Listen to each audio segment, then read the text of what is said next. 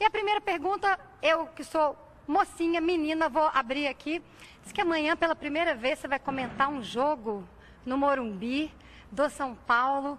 Coraçãozinho tá batendo. Conta pra gente aí, Muricy. É verdade. Eu voltei 2 vezes no Morumbi depois que eu saí de São Paulo, né? Uma vez fui levar o meu amigo conhecer o Morumbi, fiz um tour lá, que eu também nem conhecia por fora, né? Que a gente só ia trabalhar lá, né? O meu Morumbi diferente, eu nasci no São Paulo, cheguei em 64, tudo, mas esse que está agora moderno eu conhecia pouco e agora fui conhecer. E agora também fui participar de uma reportagem. E agora eu volto como comentarista, né? Eu também estou muito assim, ansioso, porque é uma volta no lugar que eu fui muito feliz, né? É uma volta que eu praticamente vivi toda a minha vida ali com as pessoas, conheço todo mundo, conheço todos os porteiros, todos os funcionários, né? Então para mim está sendo uma ansiedade e estou feliz de estar voltando no Morumbi. Como é que você está fazendo um trabalho na sua cabeça, né? Que é óbvio, você é um comentarista hoje, você tem que analisar ali o time e não misturar um pouco com o coração, né? Verdade, a gente tá bom, você sabe, agora eu tô desse lado agora, tô comentando, eu tô aprendendo com as pessoas, né? Porque eu não fiz nenhum curso, nada para ser jornalista, me convidaram, eu tô aqui, eu tô aprendendo, então eu tô fazendo mais ou menos como eles fazem, tô já estudando o que vai ser o jogo, né? Então, por exemplo, São Paulo precisa ganhar esse jogo de 3 de diferença ou 2. Mas São Paulo em 5 jogos, os últimos 5 jogos fez um gol só. Só venceu um jogo. Então, e só fez um gol. O professor Muricy tá dando moral pro Globoesporte.com, a gente falou isso aí, ó. Ela tá lendo o Globoesporte.com, hein, professor? Não, a gente tem que estar bem informado, e ali a gente tem as informações, ou seja, então você vê. Então o que acontece? O Jardine vai ter que mudar totalmente esse time, porque tem que fazer 3 e em 5 fez 1. Então o cara tem que ver os números, né? Os números do São Paulo não é bom. Então eles vão ter que mudar completamente a maneira de jogar, vai ter que pressionar o adversário, vai ter que se arriscar, né? Porque senão não tem jeito, né? A gente perguntando também, Muricy, sobre o que você tem achado do Hernanes, que é o principal jogador ídolo, foi teu jogador. Ele jogou em alguns momentos. Algumas pessoas próximas a ele dizem que ele quer jogar hoje em dia mais como meia, mais próximo da área, porque ele já brigou com treinadores nas últimas passagens, porque não queria mais ser segundo volante, mas no último jogo chegou a jogar como segundo volante contra a Ponte, junto com o William Farias. Onde que você vê que o Muricy... Claro, o Hernanes pode render mais e claramente ainda não está no auge fisicamente também. Esse é o principal ponto, ele não está no auge, né? Ele não está no auge. Eu acho que ele jogando mais de meia, e nesse jogo com a Argentina deu muito para a gente ver isso, ele joga muitas vezes de costa. E ele tem um pouco de dificuldade para jogar de costa, né? Então, por exemplo, nesse caso agora, tá certo que ele tem preferência de jogar de meia, né? Porque é uma posição que ele joga livre, né? Ele não tem tanto compromisso para voltar, para marcar, essas coisas todas. Eu sei como é que é, ele volta num volante ali, o volante está perto da área, ele joga perto da área sempre, né? Só que nesses últimos jogos ele não pisou na área. Então, tem que se resolver isso com ele. O meia, se ele for jogar de meia, ele tem que entrar na área. Porque senão o Pablo fica isolado, como ficou. Então precisa ver o que ele quer, né? Mas aí é um palpite, aí sim, um palpite, né? Se o time está precisando, né? Se o time está precisando de profundidade, o time precisa de velocidade, eu acho que a bola tem que começar com ele. Porque o São Paulo está dando preferência para 2 volantes, que jogam um do lado do outro. Mas que jogam, né, passe curto, não tem um passe perfeito, não sai dali daquela zona, né? E o São Paulo precisa começar com um bom passe. E quem tem um bom passe é o Hernanes. Se ele ficar lá, a bola não chega nele. Porque, claro que não chega, porque os 2 volantes, a função dos 2 volantes é marcar primeiro.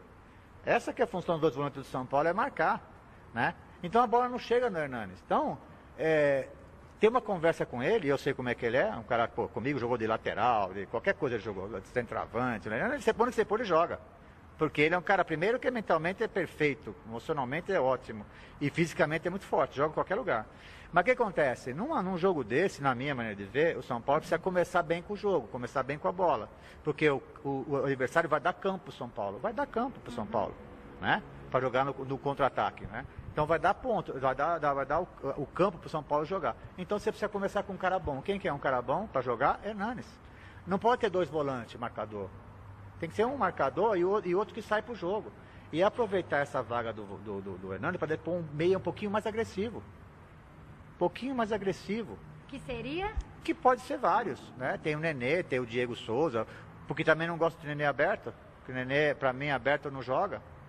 Porque ele não está mais nessa de jogar aberto. Para mim, a única posição que ele pode jogar é na frente dos 2 volantes. é a única que ele pode jogar, não pode jogar aberto, porque tem que acompanhar a lateral, não dá para ele acompanhar mais, vai desculpar. Então ele não está rendendo, o Nenê não está jogando bem, né? Mas vai saber se você pôr ele para dentro do campo, você não vai melhorar. A gente fica nessa dúvida em relação ao Nenê, porque ele não está jogando bem, e ele tem que saber disso também. Então você vê, são várias coisas, né? Detalhes, para o time de futebol não é tão simples assim. O treinador tem que estar atento e conversar com os jogadores, ser muito claro com o jogador. Aberto, eu quero você assim. Ah, professor, não dá? Então fora. Não dá? Perfeito, beleza, tá fora, chama o outro. Não tem problema, mas tem que ser um pouco mais aberto. Muricy, eu lembro de uma entrevista marcante sua, estava até revendo ontem para preparar para a entrevista que a gente ia fazer hoje, e uma coletiva, uma das várias coletivas suas que são marcantes, né? Uma repórter pergunta assim para você, em 2013, quando você chegou no São Paulo, qual foi a sua conversa para mudar aquele time que vinha mal? E você falou, você vai me desculpar, mas eu não vou poder falar o que eu disse ali, que é coisa de bastidor, de vestiário. Em cima disso, um torcedor pergunta assim, você conhece tão bem o vestiário do São Paulo, você vê algum problema nisso hoje? É o @Abduju. Porque quando o Jardine, as pessoas questionam isso sobre o Jardine em cima da inexperiência que ele tem, como você estava citando. É um treinador muito vitorioso na base, tinha feito 4 jogos como interino, mas um trabalho efetivo começou agora no final do ano passado no São Paulo. Como é que é isso do vestiário? Lá o vestiário tem problema hoje? Eu não sei porque eu não estou lá, né? Porque o vestiário, às vezes, a gente acha que está bom e não está bom. Às vezes você ganha um jogo, o time está ganhando e o vestiário é uma porcaria. A gente não sabe o que é realmente o que acontece lá dentro, a gente não entende. Agora, uma coisa que é clara, né? Alguma coisa que é clara, que é uma coisa que eu, como técnico, não vou admitir nunca, e os jogadores que trabalhavam comigo sabem disso, ou seja, eu fazia tudo pelo jogador, eu nunca desistia de jogador, eu ajudava o jogador em contrato, assim, dava uma força, fazia tudo. Mas as coisas que nós vamos discutir é aqui dentro. É aqui no meu quartinho aqui, eu não vou discutir você publicamente, não vou falar que você está mal, não vou falar que você jogou nada, né? Que é o que está acontecendo com vários jogadores do São Paulo, não estou jogando nada, né? Porque tem que ouvir essa verdade, né? E vamos discutir aqui dentro. E não publicamente, como alguns estão fazendo. Isso é enfraquecer o treinador. Isso enfraquece, por isso que nós estamos comentando, a imprensa toda está comentando. Será que o Jardine tem força, tem pegada para dirigir esse time? Por quê? Porque alguns jogadores estão fazendo biquinho, estão fazendo, sabe, quando sai fica um bravinho, né? E isso não estão ajudando o Jardine, ao contrário, estão levando para o fundo do poço o Jardine. Estão levando ele para ser demitido. Por quê? Porque os caras, quem está vendo fora, fala assim, esse cara não tem comando, pô. E isso que não dá para admitir no jogador profissional, cara. Mas quem também tem que ajudar o treinador é a diretoria, pô. O Raí, o Lugano, todos esses caras, Mancini, estão lá para isso, pô. Vem cá, chamar o jogador que você fez biquinho. Primeiro que você não está jogando nada. Tem que falar. O que está faltando um pouco também é o português, claro, sabe? Está muito mimimi. Por favor, olha isso. Não faz assim. Tem que dar uma pegada de vez em quando. Fala, meu filho, é o seguinte, você não está jogando nada. Está cheio de biquinho, cheio de manha. E nós só estamos perdendo, cara. Então eu acho também que a diretoria tem que mostrar para os jogadores que quem é o cara quem define o time é o treinador.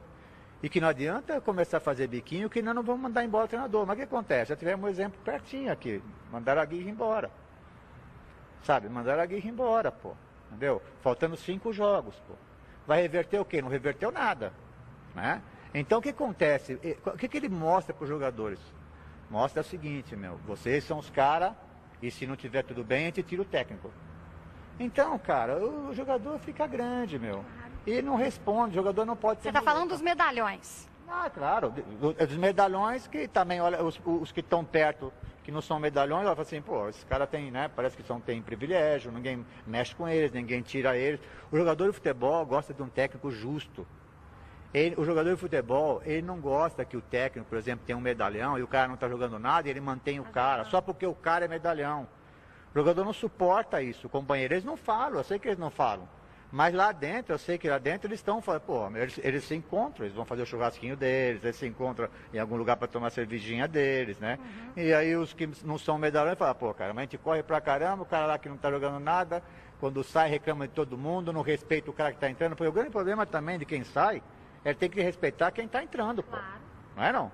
Então, pô, sabe? Então, eu acho que isso falta, eu não sei se tem esse tipo de conversa, mas se não tiver, falta uma conversa um pouco mais dura, né? No profissional, porque eles são bem pagos, muito bem pagos no São Paulo, tem toda a estrutura do mundo, entendeu? Então eu acho que agora tem que deixar um pouco o treinador de lado, né? E tem que ter um pouco de cobrança.